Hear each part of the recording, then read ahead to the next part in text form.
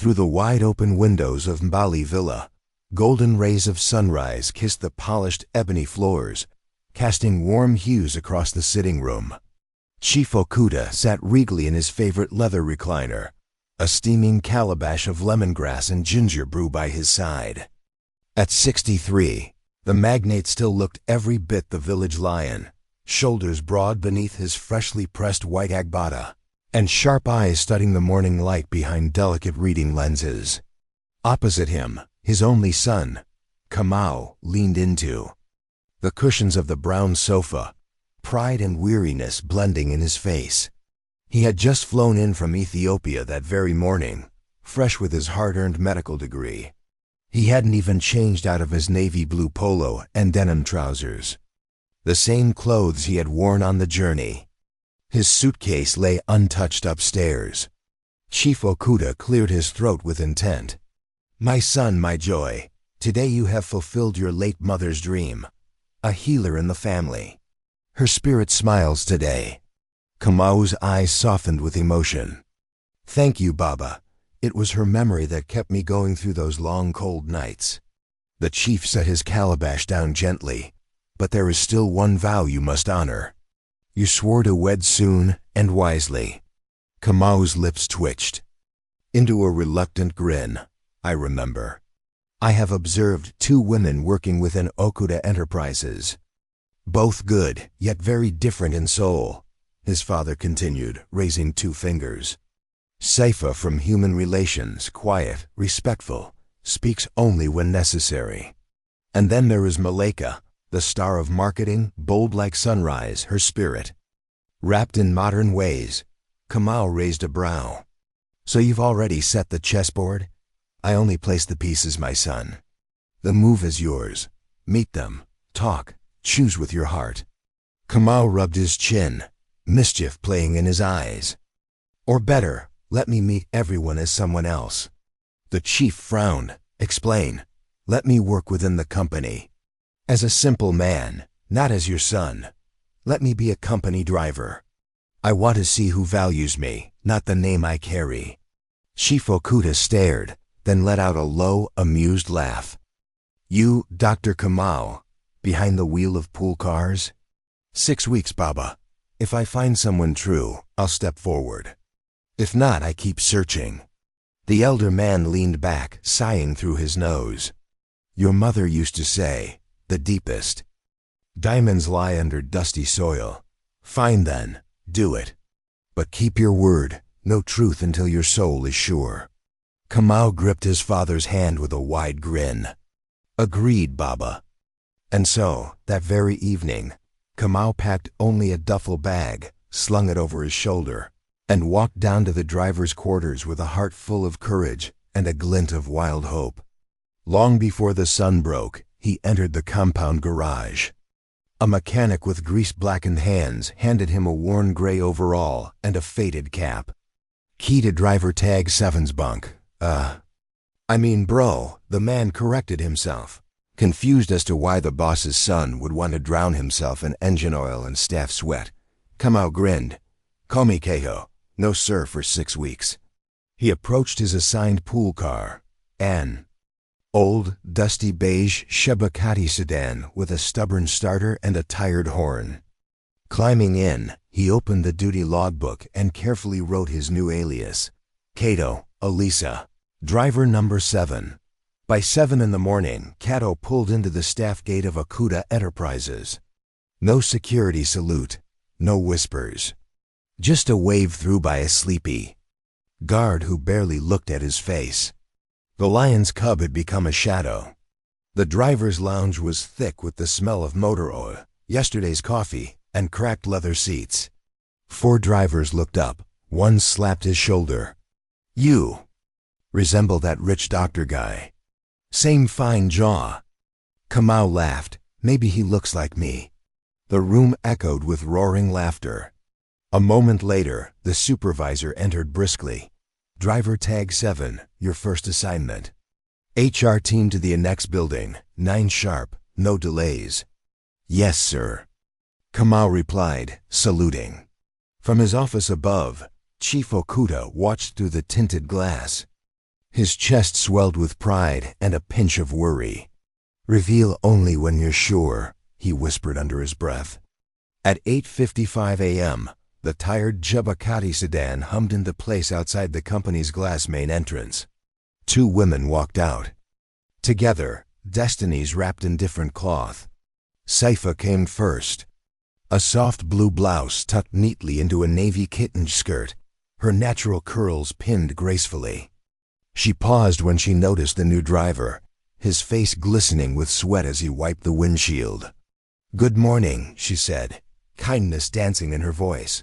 "Morning, Ma," Kamau replied. She reached into her tote and pulled out a chilled sachet of water. "You look parched. Please take this." Kamau blinked in surprise. Not many executives offered water to drivers. He nodded with gratitude, savoring the coolness more than any imported drink. Moments later, Malika emerged.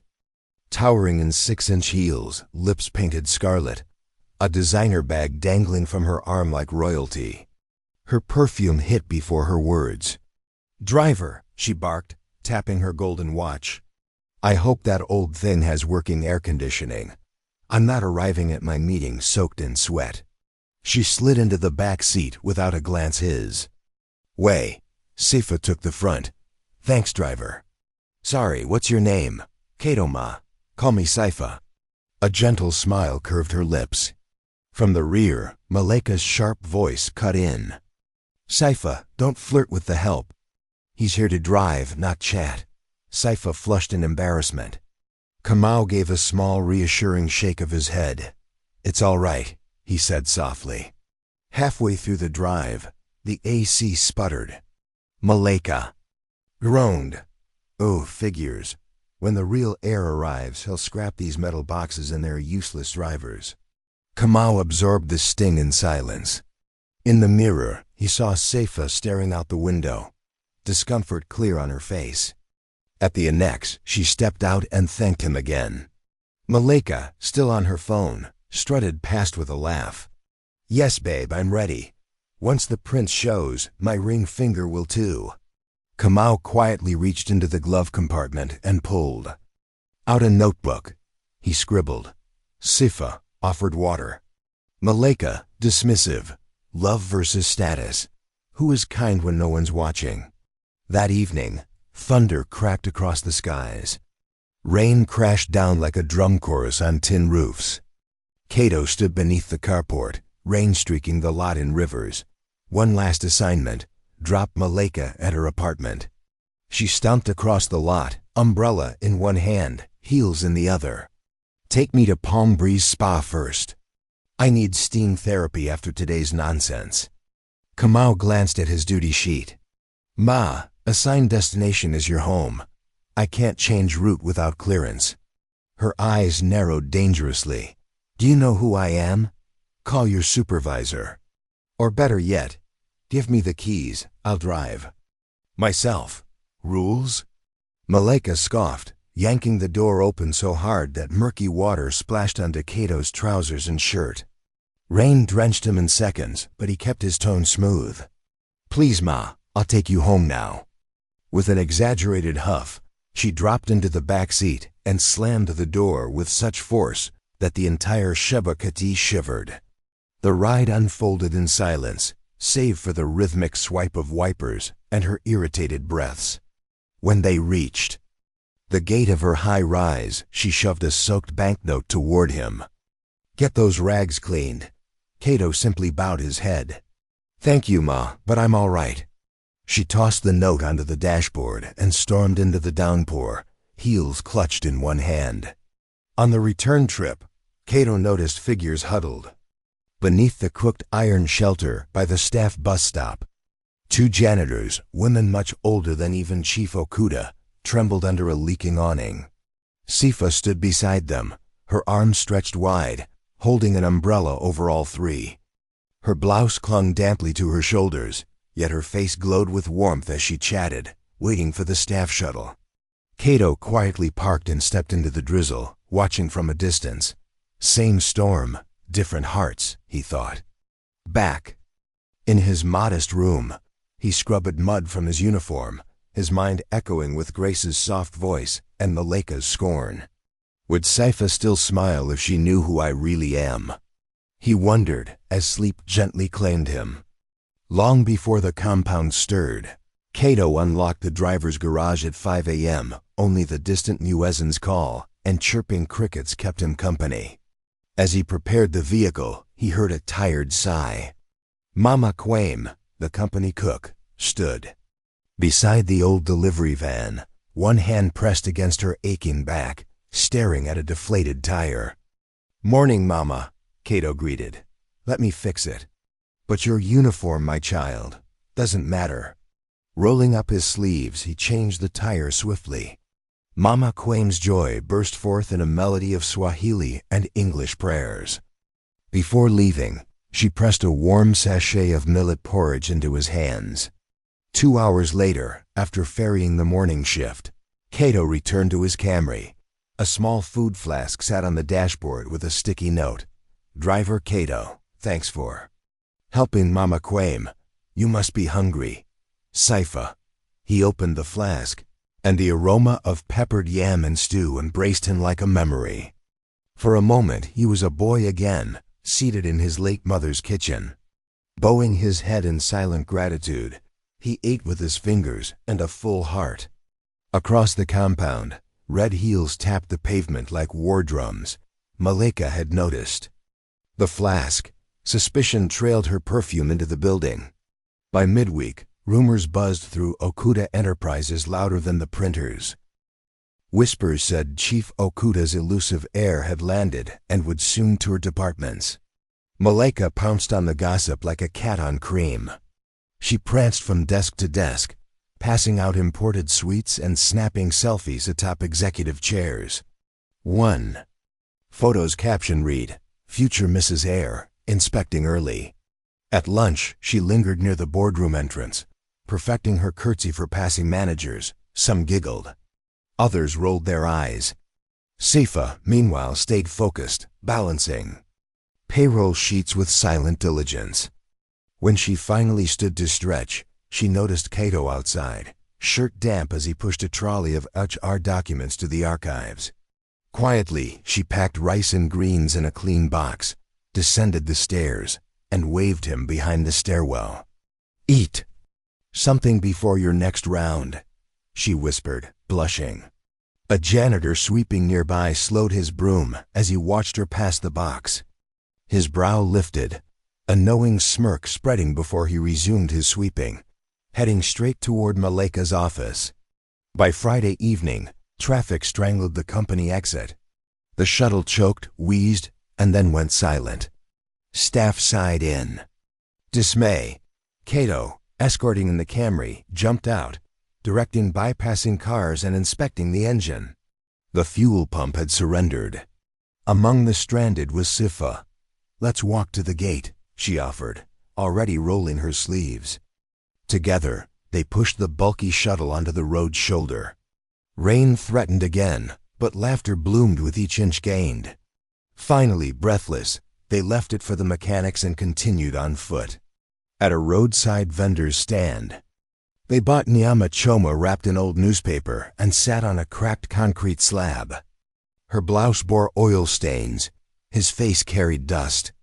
Still, the conversation danced between them like cool hibiscus tea. "I admire how you treat everyone the same," Cato confessed. "Even those you don't need. My father carved stools in Ninjai and Dogo," she said with a shrug. "Invisible men." "I understand." Her eyes met his. Character outlives coins. Beneath a flickering street lamp, that truth wrapped around Cato's heart like a vow. At the staff gate, she gave him a quick, bashful hug, but a camera flash shattered the moment. The janitor's phone caught the embrace before slipping into the shadows. By Monday morning, the company WhatsApp group exploded. Cleaner Chelo caught HR Angel with new lover. 3 grainy photos followed, of shared meat, smiles, and that one hug. Maleka's painted finger hovered above forward. She grinned and summoned Chalo to her cubicle. "Good work," she purred, sliding 2 fat brown envelopes across her desk. "Keep your eyes sharp. I want rules broken. Proof." Minutes later, she stormed into HR like a runway model in a monsoon. "Sifa," she barked. "Care to explain? These unprofessional photos. Fraternizing with a subordinate during office hours?" Silence fell. All eyes turned to Saifa, but her composure stunned even her enemies. "Thanks for sharing, Malika," she said softly. "I'll include them in my report." "Your what?" "My report to Chief Okuda. I'll recount how I met Kato, how we respected policy, and how these pictures were taken via paid spying." Folding the photos neatly, she added, "You're welcome to join me. Just be ready." Malika's smile stiffened. "You think some driver will rescue you? That pretty face won't shield you from the firing line." Sifa's eyes held firm. "Report us. Just be ready for the truth." That afternoon, Sifa sat across from Chief Okuda. Calmly she explained everything. The early flat tire, the quiet lunches, the broken shuttle, even her uncertainty about her own growing feelings. She placed the photos gently on his desk. "I understand company rules, sir. If I deserve reassignment or punishment." The elder man removed his spectacles slowly, his eyes glistening with pride. "My daughter," he said, voice full of, "Wait, honesty is rarer than any gemstone. Thank you." Sliding the photos aside, he nodded. "No punishment. Just one request. Come dine at my home this Saturday. And wear your brightest smile." Grace left the room with her heart pounding, unsure but relieved. An hour later, across town, Malika's phone buzzed. "Malika, my dear," Chief Okuda said warmly, "I would be honored if you join me for a quiet lunch this Saturday. A guest of great importance will be there." Her breath caught. This is it, she thought, trembling with excitement. The proposal day. Before the call even ended, she had placed an order for a custom yellow lace dress with sequins enough to blind the sun. Meanwhile, in the driver's lounge, Kato sat polishing a report folder when the chief's aide entered with a sealed envelope. "Son, your trial is almost over. Prepare for Saturday." Kato's heartbeat quickened. 6 weeks of sweat and secrets were coming to light. The Okuda estate, stretched out on the hills of Zubari, looked like a hidden palace. Flowering hedges stood like proud guards, while fountains sang over marble stones shaped like leaping fish. By noon that Saturday, the house bustled quietly. Chefs moved like dancers, laying out fine china beneath cream canopies. At 11:45 sharp, a modest taxi rolled up to the iron gates. Saifa stepped out. Peach-colored dress, sensible shoes, a small purse clutched in trembling fingers. The guard ticked her name, then waved her through the winding driveway. Past the lily pond, she paused. 2 elderly gardeners trimmed vines in the sun. "Good afternoon, sirs," she greeted, smiling. They stood straighter, startled that a guest noticed them at all. Further ahead, she saw company drivers buffing the chief's convoy to a mirror shine. "Thank you for keeping these beautiful," she said as she passed. Their smiles followed her to the mansion steps. Inside, a steward led her to a side lounge infused with jasmine scent. Her heart pounded. Why am I the first here? She remained, standing, hands folded, eyes tracing the ancestral portraits above. 20 minutes later, the hum of a powerful engine disrupted the silence. A canary-yellow sports car screeched onto the pebbled circle. Malika stepped out. Her dress clung to her like second skin, diamonds flashing from her ears. A valet jogged up in a plain cream shirt. It was Kato, but now clean-shaven, without cap or oil stains. She didn't recognize him. "Park it away from the trees, boy. Don't chip the rims. They're designer," she snapped, tossing him the keys. "Yes, madam," he replied, bowing slightly. She strutted toward the doors, heels clicking, barely nodding at the steward. At the entrance, she paused to admire her reflection in the glass. practicing the flirtatious smile she was sure would melt both father and son. From an upstairs veranda, Chief Okuda watched silently. One guest had scattered humility like rain on dry soil. The other flung vanity like broken shards. He tapped his walking staff twice on marble. A bell rang. Servants moved into position. It was time. A steward in gold attire approached the women. "The chief invites you to the grand hall." The hall rose high. Mahogany walls, sunbeams dancing through chandeliers onto rich rugs. Saifa entered first. Malaika glided in moments later, her face already posing for unseen cameras. At the hearth stood Chief Okuta, majestic in a midnight bubu sewn with silver thread. Next to him, a tall man stared out the window, his charcoal suit tailored to perfection. "Welcome, my daughters," the chief began, his voice calm but firm. "Today I reveal the one who will lead Okuda Enterprises as I step back. But more than business, I value loyalty, humility, and respect. Quietly I have searched for these." He gestured to the suited figure. "Turn around, my son." The man turned. Saifa gasped. Her hand flew to her lips. Malaika wobbled, grabbing a nearby chair. It was Kato, the dusty driver she once scolded, now glowing with authority. "Thank you for your patience, Baba," Kato said softly.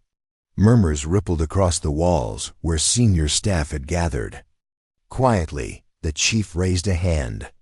"Behold, Dr. Kamau Okuda, my heir and new acting director of operations." Saifa's expression bloomed into quiet joy. Malaika's voice cut in, shrill. "No, no. He's just a driver." Kamau stepped forward, steady. "I was a driver for 6 weeks. Enough to learn who respects without rank." He opened a leather folder and drew a single page. "I kept notes, Malaika. Every insult to staff, threats. The time you said I was beneath you." Malaika's complexion paled. Kamau turned to Sifa, and his tone softened. "But I also recorded warmth, water on hot days, meals shared, kindness when no one watched." He bowed his head briefly. "Thank you, Saifa, for seeing me, not just a title." Chief Okuda stepped forward. "A business thrives not by pride, but by principle." "Effective immediately, Miss Malaika. You are on unpaid leave pending review." "Of your behavior." He made a subtle gesture. 2 uniformed guards appeared. Malaika's mouth moved, but no words came. Her pearls trembled. She turned to Sifa, fury flashing. "You tricked me." Saifa shook her head gently. "No, you revealed yourself." The guards escorted her out. Her heels scraped the marble like unwilling brakes. At the door, she turned back, but no light sparkled for her anymore. Kamau faced the staff. "From this day," he declared, "every person, from gardener to executive, will receive equal dignity. That is my first policy." Applause rose, humble and heartfelt. Chief Okuda whispered something to Kamau, who nodded and beckoned Sifa toward the back patio. "There's something I want you to see," he said.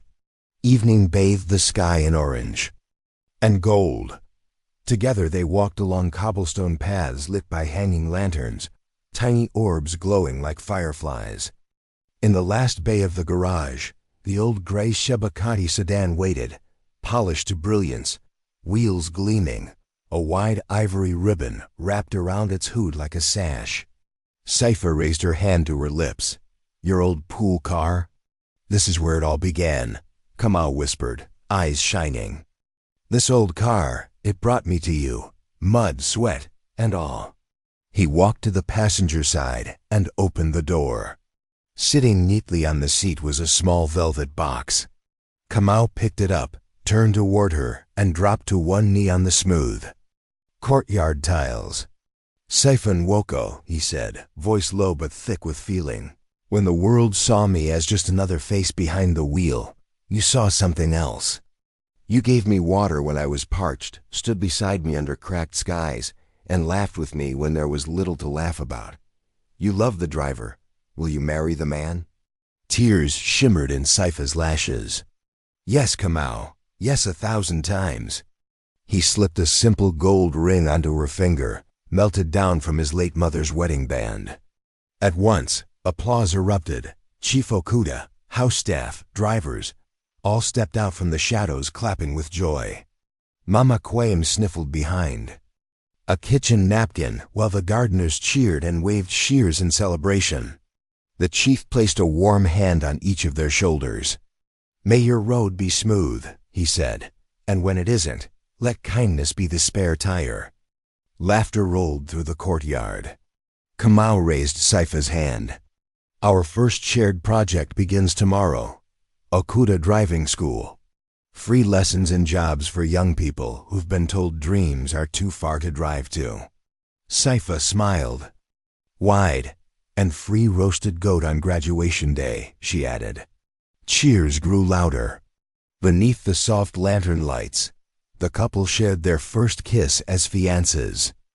Outside the gates, the world moved fast, but in that garage, time slowed, idling with promise.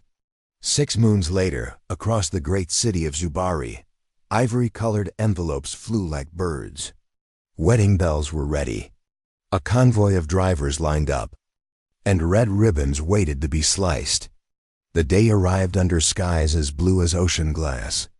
In a freshly painted compound on the mainland, a bold new sign stood tall. Okuda Driving School. Skills, dignity, new roads. Kamau and Saifa stood at the gate, scissors in hand as cameras flashed. Beside them stood Chief Okuda, Mama Quaim, and all the company drivers, shoes polished, smiles wide. Behind the gate, 40 eager young men and women from struggling communities clutched their admission letters. They had paid nothing but belief. "Welcome," Saifa called out, her voice firm and kind through a simple loudspeaker. "Today you learn to move a car. Tomorrow you move your life." Kamau stepped beside her. "Top graduates will earn jobs with us or seed funds to start their own taxi ventures. No one is left behind." A storm of applause answered them. Instructors led the students to a neat row of compact sedans donated by the company, each one bearing a decal driven by dreams. 2 weeks later, the city buzzed with celebration. A sleek train of 20 silver sedans crawled down the main road from the Grand Cathedral where vows had just been exchanged. Each vehicle was driven by a staff member, some veterans, some fresh from the school's first class. Honks echoed like drums, peepa, poopa. Pedestrians waved, vendors tossed blessings. Saifa, glowing in ivory lace, stood through the sunroof of the lead car, bouquet raised. Kamau, beside her in cream formal wear, laughed as the bouquet nearly flew into a passing minibus. The conductor inside blew a playful kiss. Zubari adored a good spectacle, and this one felt woven with joy. Chief Okuda rode in the second car, his eyes wet with memory. "She would have danced on that roof," he whispered, thinking of his late wife.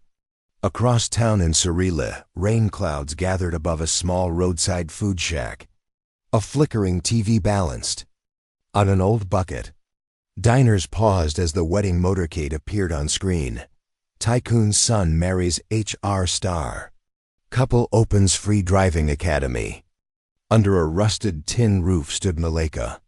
Her bright yellow gown had long since been sold to cover rent. Now she wore faded denim, a worn blouse, and no umbrella.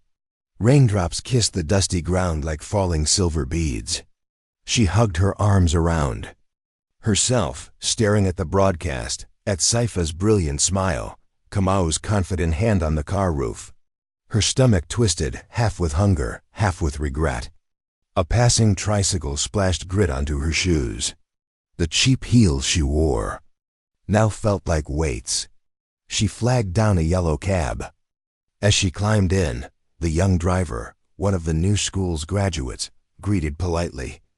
"Good afternoon, madam. Where to?" She opened her mouth, then shut it. Finally, she murmured, "Anywhere but here." The taxi melted into traffic, taillights blinking in the mist. That evening, golden light bathed the driving school's courtyard. now transformed for the wedding reception. Long wooden tables overflowed with fragrant jollof rice, fried sweet plantains, and spiced skewers of meat. Drivers wore t-shirts that read, "I take the high road." Kamau tapped the microphone. "Before our DJ melts the speakers," he joked, "we have one last surprise." Seifa unveiled a polished minibus behind them, a gift from the couple. To the school's top student, a single mother named Amina, who once pushed wheelbarrows in the open market. Amina wept as Kamal handed her the keys. "This van will feed my children," she whispered. Seifa hugged her. "Just promise to hire." More women drivers. Cheers and laughter swelled. Above the lagoon, fireworks painted the night sky, their colors mirrored in polished car hoods below. As the final song faded and the last piece of cake was devoured, Kamau and Seifa walked hand in hand toward the old gray Shabakati. It still sat at the edge of the compound, ribbon intact, like a memory parked in time. They slipped inside and listened to the gentle patter of rain on the roof. Seifa traced the steering wheel with her fingertips. "From this seat to all of this," she whispered. Kamau kissed her hand. "A muddy road brought us to gold." They stepped out, locked the doors, and left the car under soft security. Lights, a reminder that even old engines can carry beautiful beginnings. As they drove off in a modest SUV, Seifa now behind the wheel, a message scrolled across the Academy's digital billboard. "The purest road to love begins in the heart." The traffic light turned green.